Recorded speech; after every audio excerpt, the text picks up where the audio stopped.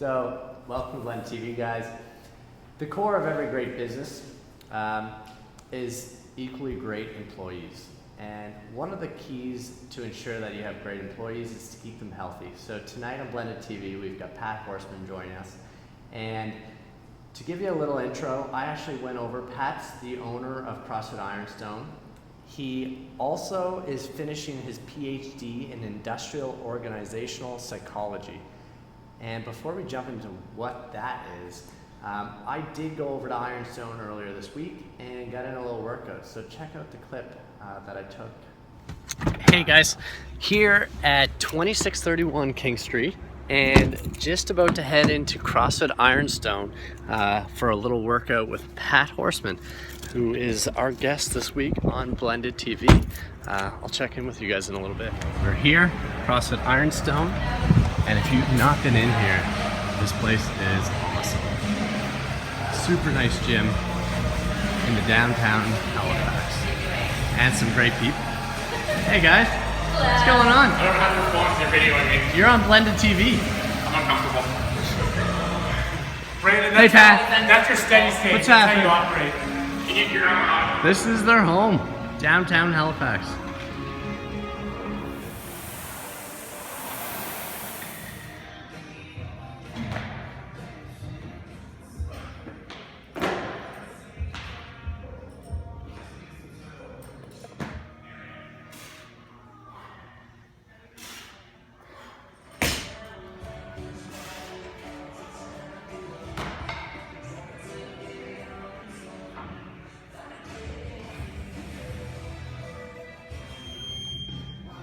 That's it, Pat and I got a nice little workout in.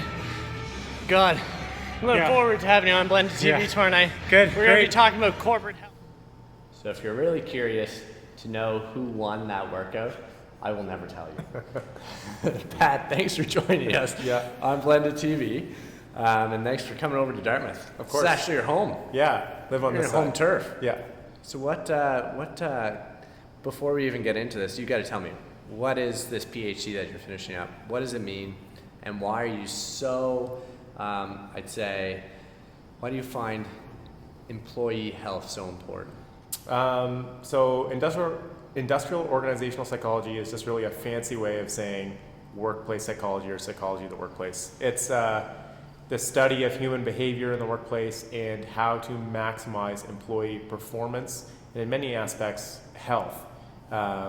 And that's really how I got into this topic. A lot of my academic work has been on stress, workplace stress, and how to recover from that. And that leads, of course, to fitness. For your own workplace stress. Personal workplace stress.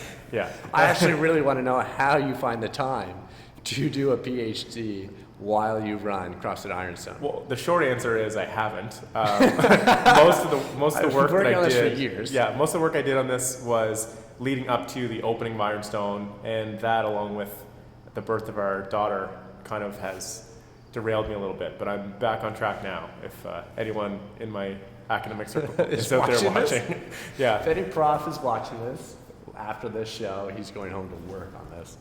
So, I mean, I 100% agree. I mean, we've talked about this on multiple cases.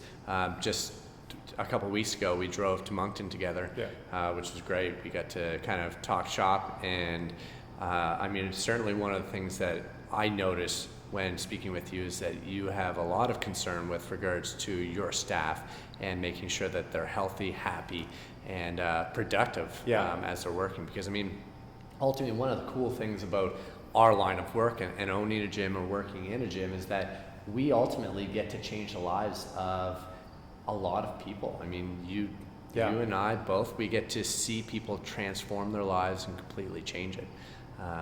So in saying that, why is this so important?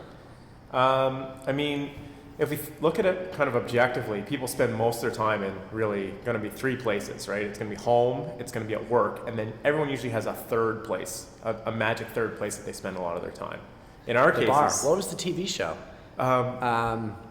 And that was exactly what they said on there. Cheers. Cheers. Yeah.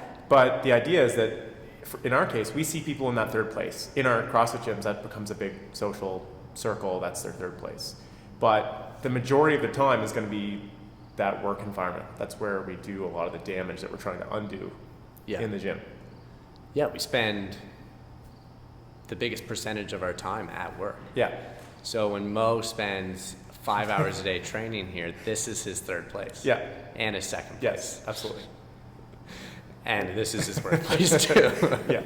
So why do employers, why is it important for them to have fit, healthy employees? I mean, the obvious stuff people think about right away is they think of like physical health, like not being sick, being at work more often, being able to be more productive, being able to stay in the workplace longer without any long stretches off work.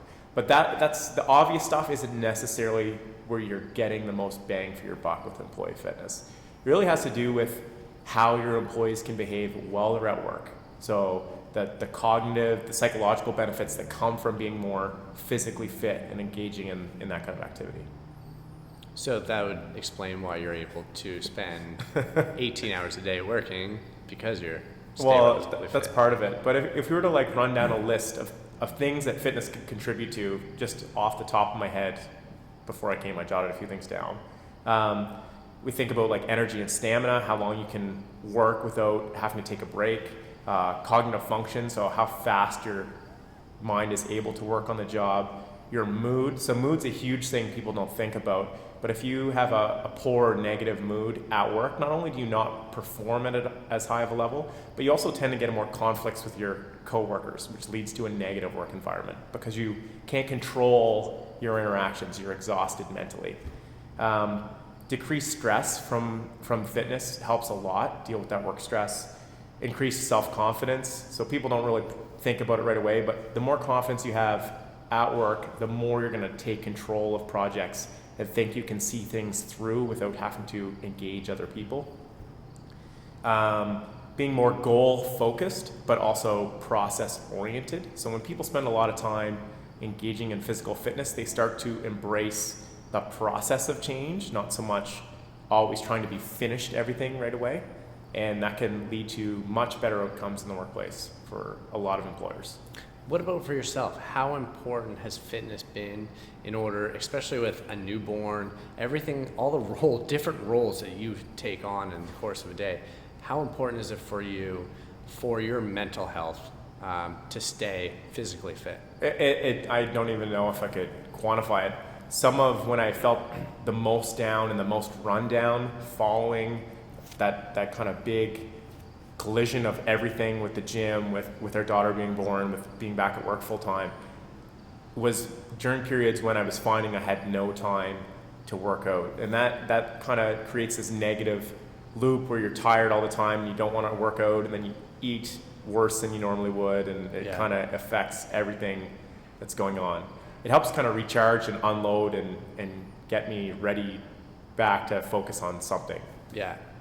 Dude, if I feel like I need a booster seat. I feel like you're taller than me. Get up here or something. I can Just slouch a little. Slouch? Show some Poor posture? Worst posture for me, yeah. But I mean, one of the biggest, I'd say, comments that we get from people with regards to why they're not working out is time. And the reality of it is, if you're training 5 hours a week, so if you come into the gym and your class is run for 1 hour long. 1 hour, right on. Yeah. So 5 classes a week is what you guys, 3 to 5 classes a week would be what you guys would recommend people to come in. Yeah. So if you're doing that, we're talking about 5%, less than 5% of your entire week dedicated to fitness. But there's a lot of stats that are out there with regards to how much it increases your productivity. And I don't know, do you know any of those stats off by heart? I mean, it's something like 20-some% increase in productivity if you dedicate 5% of your time to fitness. So that is accurate. You hit that one right on. Is it exactly 20? It's close, like 18. But if you look at the countries that are starting to change right now, for example, Sweden just moved to a 6-hour legislated workday. They're finding that more time at work does not mean more productivity. So that extra hour or two you could spend at work or answering emails, that in many cases is just wasted time. It's something you're putting in to fill the space between when you're at your second place, your work, and before you go home to your first place to go to bed. It's just sitting in there. That's when you want to be engaging in that kind of activity, like getting more fit. So what if you work 16 hours a day? You better work at a gym. Fair enough. You can sleep here, you can do whatever the heck you want here. So, I mean, one of the big struggles is obviously people are hesitant themselves. Organizations can help this process though. Absolutely. And I think that's one of the bigger topics that we want to touch on here tonight is if you do lead an organization, or if you're a part of or if you have any influence on how your organization, the one that you work with, functions, how do people convince them, their higher ups, in order to make changes that will allow them to kind of live this lifestyle that we're preaching here? Well, it's kind of a two-part problem, right? We see this a lot, especially when it comes to trying to convince employers to change. It becomes a little bit of a chicken or the egg argument. One way is for employees to set the example by being extremely fit and having their employers be able to see kind of the proof of what being fit leads to, what kind of outcomes come from that. But employers can support fitness in many different ways, starting with the really basic stuff, which is, can you let me leave 20 minutes early at the end of the workday so I can make it to a 5 o'clock class that fits into my schedule pretty well? That's one way an employer can support fitness. Another is to have more of these employer team building type events based around some kind of fitness or healthy lifestyle activity instead of always just going for dinner or going for drinks, which is kind of the norm for those kind of team building activities. So why not go for a hike or go to McNabb's Island or do something a little bit more physically active? Yeah, I feel like a lot of organizations have been starting to do outside events in a more active way. I think a great example, and we both work with them quite closely, is Lululemon. Yeah, absolutely. I mean, they live by this culture, and I mean they're huge. They've been extremely successful in doing that. But how are we going to convince employers that this is the right thing to do? Well, I mean, the most expensive thing they're going to do is lose and have to hire and retrain a new employee. That's by far the most expensive an employer will have to do, especially in the knowledge-based economy we work in now, where knowing the ins and outs of your job is 90% of the work you do. The majority of jobs aren't manual physical labor anymore. They're not just people building things, right? So having to replace that person is very, very expensive, and the training process that goes into that is very time consuming. The number one selling point should be if you support employee fitness, not only will they stay healthy longer and you keep them that way, but they'll be happier in your work environment and able to thrive and more likely to stick around for a longer period of time. So the U.S. has a pretty interesting dynamic going on because a lot of major corporations in the U.S. are going through this right now where they're scared of being sued by their employees by forcing their employees to work an 8-hour day. In the sense that the whole, there's a lot of topics going around right now talking about how sitting's killing people. Not literally, but killing their life. Yep, absolutely. Yeah. And people are going to start using this information in order to basically sue their employers for not, or forcing them to be seated. So I've heard of places kind of not forcing, but allowing their employees to kind of get up every 45 minutes to move around. A lot of places are providing now standing desks, things along those lines. But you're also seeing places like NorCal, another CrossFit gym in the US, they've been extremely successful at not only at literally putting CrossFit gyms into major corporations. Yeah, absolutely. There's way more, and if we talked about a lot of health and cognitive benefits and job performance, but there's 3 other main things that come from being able to have a fitness facility nested in your organization, or to be able to do these kind of group fitness activities. Talking about social bonding, if you want your employees to get to know each other better and get along, I mean, shared experiences, shared misery in a fitness class is really one way to develop that, right? Yeah, you're going to get pretty close when you're going to get suffering. Close. Everyone's going through the same thing at the same time. We develop that kind of understanding, and that's a really good way to bridge cultural barriers as well when we have these kind of diverse workforces. management relations, being able to sweat next to the person who's 1, 2, or 3 levels up in your organization and see them as like a human being with flaws and things that they can improve and experiences that are the same as yours as well. Same idea. And I mean, that healthy eating kind of social activity piece. So the gym's a pretty intimidating spot for a lot of people. How do you get your boss to put themselves in such a, not a compromise, but like a scenario or an environment where they may not look as powerful as what they do in the workplace itself? Or is that just the part of the culture of the organization? That's, I think, a big part of that's going to be like cultural or personality of your particular boss or supervisor.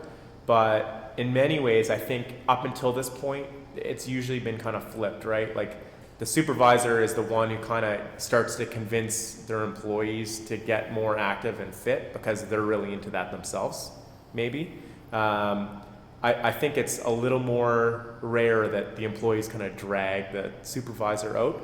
But if it's put into workplace practice where time is allotted for this, I think it's kind of a natural progression, natural fit. Yeah. So what are you guys doing across at Ironstone in order to help draw awareness to this, but also help organizations that are interested in becoming or helping their employees become more physically active and mentally fit, go through that process, like make that transition? So kind of like we kind of have a 3-part strategy. We will be more than willing to go talk to organizations, kind of like lunch and learns, brown bags, to talk to their employees or even their management staff about these kind of benefits or how they can incorporate some physical activity into their workday. We as well have kind of come up with a corporate solution, a way to help organizations kind of encourage physical activity by being able to provide physical activity as a benefit to their employees. So like they can pre-purchase so that their employees can come in and work out a set number of times a week. That's a really kind of easy way to add a benefit, just like kind of medical or dental would be in there, that has to do with physical activity. Yeah. Yeah. I mean, we've done the same thing. I was in yesterday and spoke at Costco. It's just, did you get any footage? At Costco? No, they ate hot dogs and ate ice cream while I gave the talk. Okay, fantastic. Perfect. Yeah. Probably wasn't, if any of those people are watching, I was very disappointed. But I think another way to look at it, and I'm sure that you guys would be willing to offer this, is something that I've thought about, is a lot of corporations look at taking their employees out. So like we were talking about, like for drinks and dinner, but more and more now doing some physical activity. Yeah. I think one way we could get employers to get their employees into these environments is to generate and create a team building event within our gyms that would not only promote fitness and wellness, but at the same time help them create that team dynamic. Absolutely. I mean, I think the Great Escape in Halifax. Yeah. It's a great team building event. Yeah. It's something that I've been looking at taking our staff here at Blended to do. See if we can escape together and work together. Can we go head to head? We could do it together. Can we do a Blended versus Ironstone? Yeah, the Friday night throwdown escape goes challenge. to the escape Whoever challenge. finishes first is Exactly. clearly more intelligent. Yes. But I think that like one of the ways that we can help, and actually we should talk about this in more detail, is by providing these retreats that companies can come through during the day and bring their employees in, and we'll do like a team building event to do something like that. I mean, if you want people to understand kind of each other's experience and work or feel as part of a team, like Fran, like the feeling afterwards, there's nothing really going to compare to that, right? And I think a lot of employees, I mean, we've got a lot of individuals at our gyms that that run their own businesses, but those who don't run their own business, those individuals need to start speaking up and bringing this to their employer's attention and making this a topic of conversation. Because ultimately, I mean, I know as myself, as someone who runs and owns a business, I'm constantly looking for feedback, and as are you, constantly looking for feedback from our employees, and getting information like that is key in order for us to continue to develop and create a better environment. Yeah, I mean, if you think about it, not only do we want feedback and ideas, but rarely do we have the extra time to like really go out looking for those. So if someone can pipe up and bring those ideas to us, that's super beneficial. Yeah, Yeah. totally. Anything else you want to add before we kind of sign off on this? We've covered a couple big things. No, I think that's probably good. So before we leave, I do want to go through our now famous, it's not really famous, but rapid fire. Okay, So I'm ready. people want to know these answers from you. They're going to be quick. It's a yes or no answer, maybe not. Okay. Let's see what comes to my head. Snatch or clean and jerk? Snatch. Deadlift or squat? Absolutely deadlift. No question. Warren or Lisa? Lisa, all day. So big. You're a football fan. Yep. Who's your favorite team? Colts. Who's going to win the Super Bowl this year? New England. Interesting. And what is your favorite CrossFit workout of all time? Of all time. Of all time. The 7. Explain. 7 rounds, 7 handstand push-ups, 7 knees to elbows, 7 thrusters at 155, I think. 7 deadlifts, 7 burpees, 7 kettlebell swings. I might be missing a few movements in there, something like I that. got the idea. Yeah. Torture. Yeah. Awesome. Thanks so much, Pat. Of course. Really appreciate you coming on. See you soon. Sounds great. Thanks, guys. That's BlendedTV for tonight. A little bit of information on some corporate health. If you're looking for some more information or you want to get involved either at CrossFit Ironstone or here at Blended Athletics, you yourself or your employer can contact either of us. We'll throw up our contact information in the feed live. Have a good one. We'll see you next week.